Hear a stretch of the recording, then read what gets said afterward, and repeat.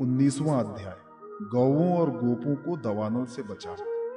श्री सुखदेव जी कहते हैं, परीक्षित, उस समय जब ग्वाल बाल खेल कूद में लग गए, तब उनकी गौवें बेरोक टोक चरती हुई बहुत दूर तक निकल गईं और हरी हरी घास के लोभ से एक गहन वन में घुस गईं। उनकी बकरियां, गायें और भैंसें एक वन से दूसरे वन में होती हुई आगे बढ़ गईं तथा गर्मी के ताप से व्याकुल हो गईं। वे बेसुध सी होकर अंत में डकारती हुई मुंजाटवी सरकंडों के वन में घुस गईं। जब श्री कृष्ण, बलराम आदि ग्वाल बालों ने देखा कि हमारे पशुओं का तो कहीं पता ठिकाना ही नहीं है, तब उन्हें अपने खेल कूद पर बड़ा पछतावा हुआ और वे बहुत कुछ खोजबीन करने के बाद भी अपनी गौओं का पता न लगा सके। गौवें ही तो व्रजवासियों की जीविका का साधन थी। उनके न मिलने से वे अचेत से हो रहे थे। अब वे गौओं के खुर और दांतों से कटी हुई घास तथा पृथ्वी पर बने हुए खुरों के चिन्ह से उनका पता लगाते हुए आगे बढ़े।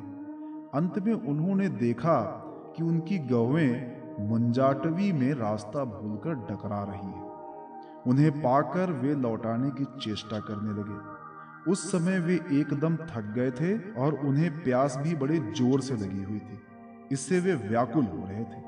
उनकी यह दशा देखकर भगवान श्री कृष्ण अपनी मेघ के समान गंभीर वाणी से नाम ले लेकर गौओं को पुकारने लगे। गौवें अपने नाम की ध्वनि सुनकर बहुत हर्षित हुईं। वे भी उत्तर में हुंकारने और रम्भाने लगी।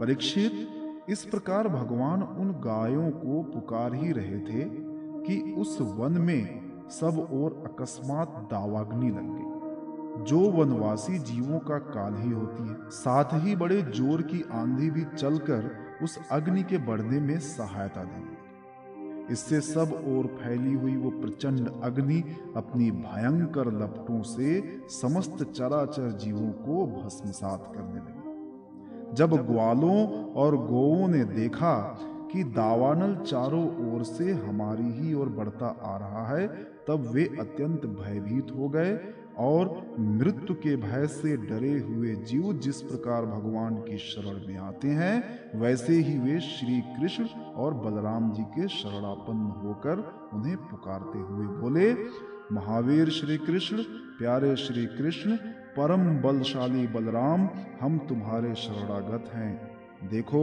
इस समय हम दावानल से जलना ही चाहते हैं। तुम दोनों हमें इससे बचाओ। श्री कृष्ण, जिनके तुम ही भाई, बंधु और सब कुछ हो, उन्हें तो किसी प्रकार का कष्ट नहीं होना चाहिए। सब धर्मों के ज्ञाता श्याम सुंदर, तुम ही हमारे एकमात्र रक्षक और स्वामी हो। हमें केवल तुम्हारा ही भरोसा है। श्री सुखदेव जी कहते हैं, अपने सखा ग्वाल बालों के ये दीनता से भरे हुए वचन सुनकर भगवान श्री कृष्ण ने कहा, डरो मत, तुम अपनी आंखें बंद कर लो। भगवान की आज्ञा सुनकर उन ग्वाल बालों ने कहा, बहुत अच्छा, और अपनी आंखें मूंद ली। तब योगेश्वर भगवान श्री कृष्ण ने उस भयंकर आग को अपने मुंह से पी लिया और इस प्रकार उन्हें उस घोर संकट से छुड़ा लिया। इसके बाद जब ग्वाल बालों ने अपनी अपनी आंखें खोलकर देखा, तब अपने को भांडीर वन के पास पाया। इस प्रकार अपने आप को और गौओं को दावानल से बचा देख वे ग्वाल बाल बहुत ही विस्मित हुए। श्री कृष्ण की इस योग सिद्धि और योग माया के प्रभाव को एवं दावानल से अपनी रक्षा को देखकर उन्होंने ये समझा कि श्री कृष्ण कोई देवता है। परीक्षित, सायंकाल होने पर बलराम जी के साथ भगवान श्री कृष्ण ने गौवें लौटाई और वंशी बजाते हुए उनके पीछे पीछे व्रज की यात्रा की। उस समय ग्वाल बाल उनकी स्तुति करते आ रहे थे। इधर व्रज में गोपियों को श्री कृष्ण के बिना एक एक क्षण 100-100 युग के समान हो रहा था। जब भगवान श्री कृष्ण लौटे, तब उनका दर्शन करके वे परमानंद में मग्न हुए।